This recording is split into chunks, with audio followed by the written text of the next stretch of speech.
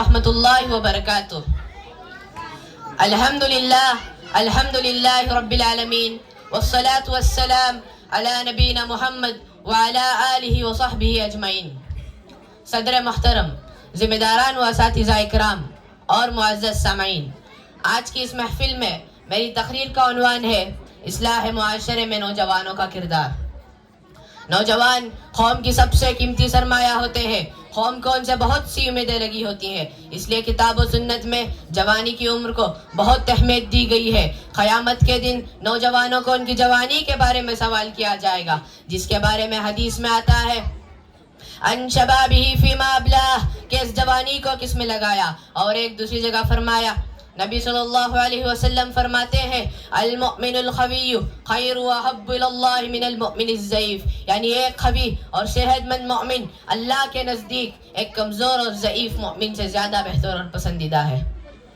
یہ معلوم ہے کہ اسلام کی سربلندی اور میدان جنگ میں جو کام ایک طاقتور شخص انجام دے سکتا ہے، وہ کام ایک کمزور شخص انجام نہیں دے سکتا۔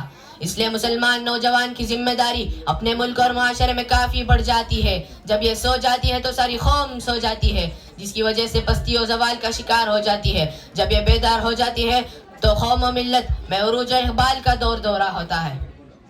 اس لیے حق کی آواز بلند کرنا مسلمان نوجوان کی سب سے بڑی ذمہ داری ہے، اور اگر مسلمان نوجوانوں نے اپنی ذمہ داریوں کو سمجھ کر ان کا حق ادا کریں تو یقین جانیے دنیا میں انقلاب برپا ہو سکتا ہے، جسے اللہ تعالیٰ فرماتے ہیں وَلْتَكُمْ مِنْكُمْ أُمَّةٌ يَدْعُونَ إِلَى الْخَيْرِ وَيَأْمُرُونَ بِالْمَعْرُوفِ وَيَنْهَوْنَ عَنِ الْمُنْكَرِ، کہ تم میں سے ایک جماعت ایسی ہونی چاہیے جو بھلائی کا حکم دے اور برائی سے روکے۔